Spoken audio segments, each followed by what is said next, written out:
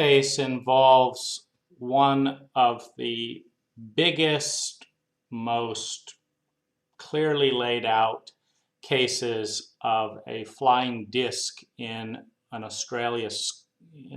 school in Australia that came down, frightened a number of children, was photographed by teachers, was seen by teachers. And what I'm looking at is the fractal pattern of silence about what challenges authority. And anything that's unknown or more powerful than the existing power structure challenges authority. And so the question in this situation is, do the large ones, does the power structure protect the young? Or is the young asked to pay the price to protect the power structure? Because that is a fundamental pivot point. And so this is just one of millions of these instances because it's a fractal pattern. But it's a demonstration in action of the bigger ones, the giants, the grown-ups, asking for a sacrifice from the little ones, the children, in order to maintain the status quo. All I know is the whole school was told off. The headmaster says, "All you kids are nuts. It's a weather balloon.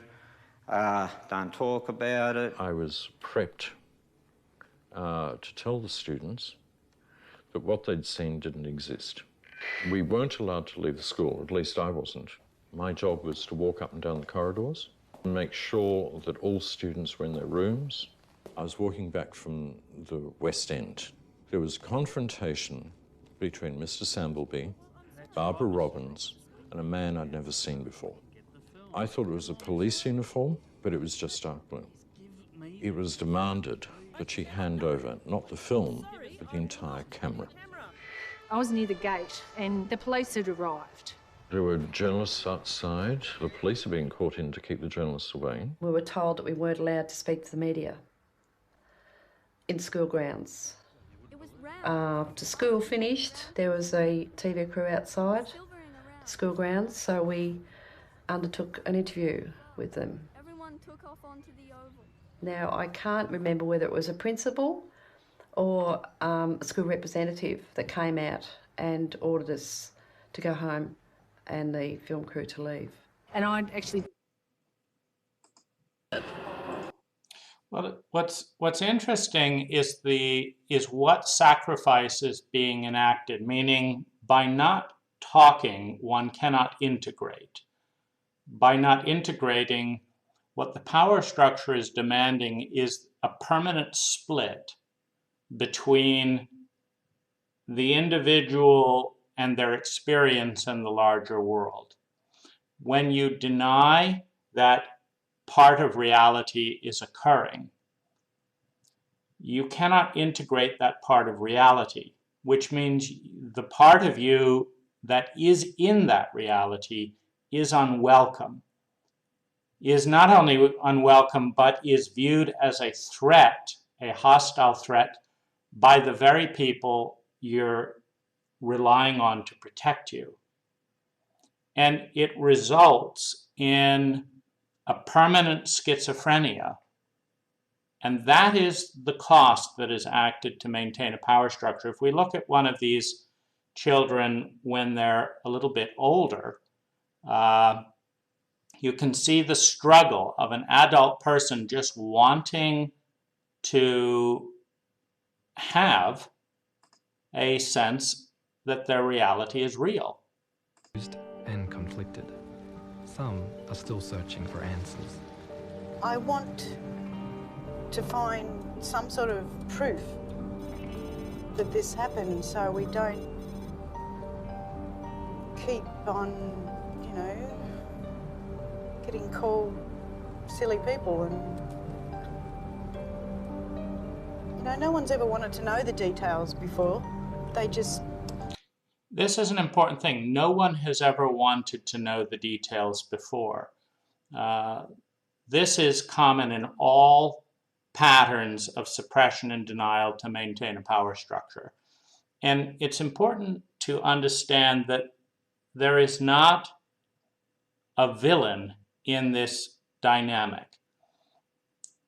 All of society in a childlike state wanting to depend on mom and dad, which in this case is the government, wants to believe that mom and dad will protect them, will keep them safe, and does not want to see the flaws in mom and dad.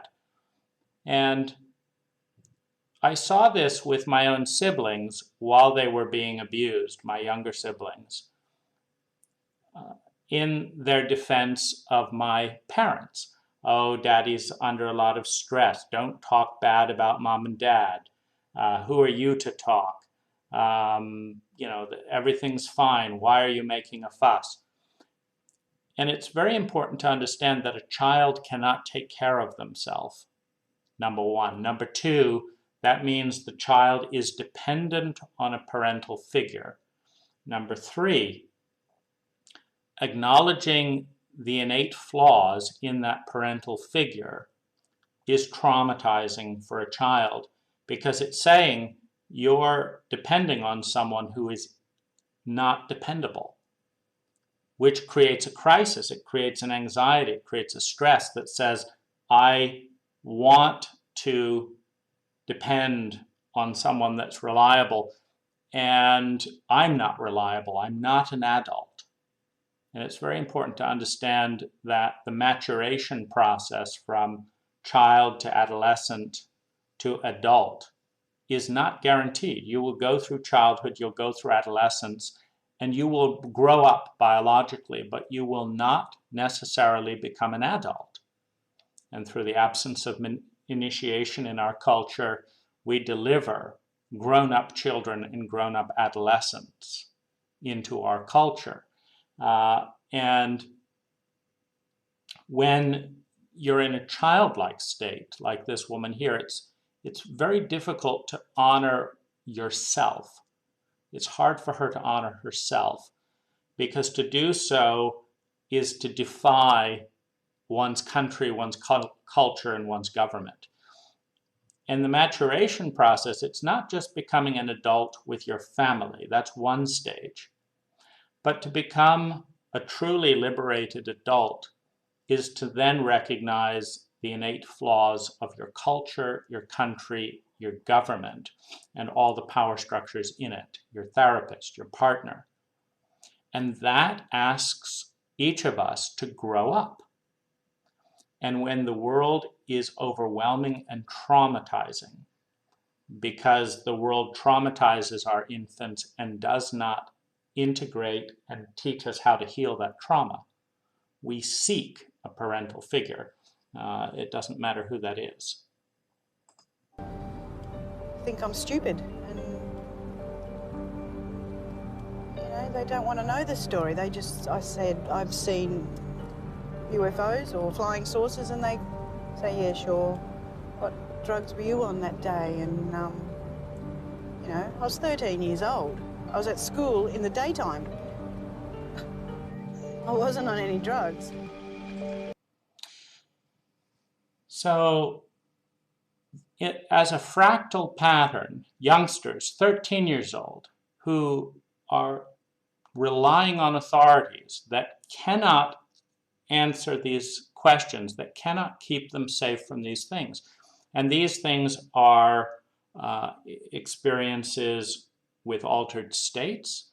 These things are flying discs. These things are sexual abuse by a parental figure. These things are sexual abuse by a teacher, by a minister.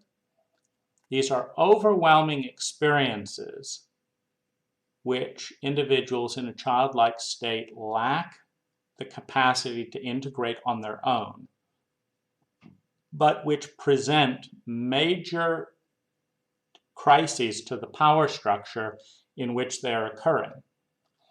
Because in order to tell these children you are sane, there's nothing wrong with you, Thank you for contributing valuable data to the species. The power structure must acknowledge we do not have control over these flying devices. We don't have an explanation. We don't have power in this domain. And you might have to grow up and think for yourself. And that's something that a power structure greatly resists. The parental urge to suffocate and manage and control children, rather than set them free to be autonomous individuals, is one that must be rebelled against in the fury of adolescence. And as a culture, as citizens, we're not necessarily ready to rebel against the hypocrisy, insanity, and at times cruelty of our power structures. But the same thing happens in sexual abuse. When I was sexually abused by a Human Awareness Institute facilitator, if it had been a team member, then the power structure can be kept clean. Or if it was just another participant, then the power structure can seem to rescue and can come in and say, that was terrible, it shouldn't have happened, of course you should tell everyone, and aren't we the good power structure that we helped you out of this? But when the teacher does the abuse and the peers lack the political power to confront a major authority figure, then it's the victim that is asked to carry the burden. This woman is asked to go insane for 40 years to protect the lack of maturity, the lack of adulthood in her principal, in her teachers, in her government, and in her peers. That is an entire culture complicit in her insanity and her humiliation. The same thing happens in incest. The same thing happens in rape when a powerful person is involved. I know a person on the street who witnessed a powerful person involved in a knifing, and he can never get government support because denying his credibility is essential for the authority figure to stay in power. And the same goes on in the black sheep in every family. The black sheep understands what's dysfunctional in the family and plays it out. The taboo is to have that reflect poorly on the parents or on the culture or on the school system. And so the child is given a diagnosis and a label and a role of being the villainized, projected scapegoat, the black sheep. But that role is being given to the child to protect the parents from unearthing the shadow that child is reflecting. And the child is more innocent than the parent. The citizen is more innocent than their government. These children are more innocent and more truthful than their teacher. And they're carrying the shame, the abandonment, the betrayal, and the trauma for the culture, so that the culture doesn't have to do its work to grow up.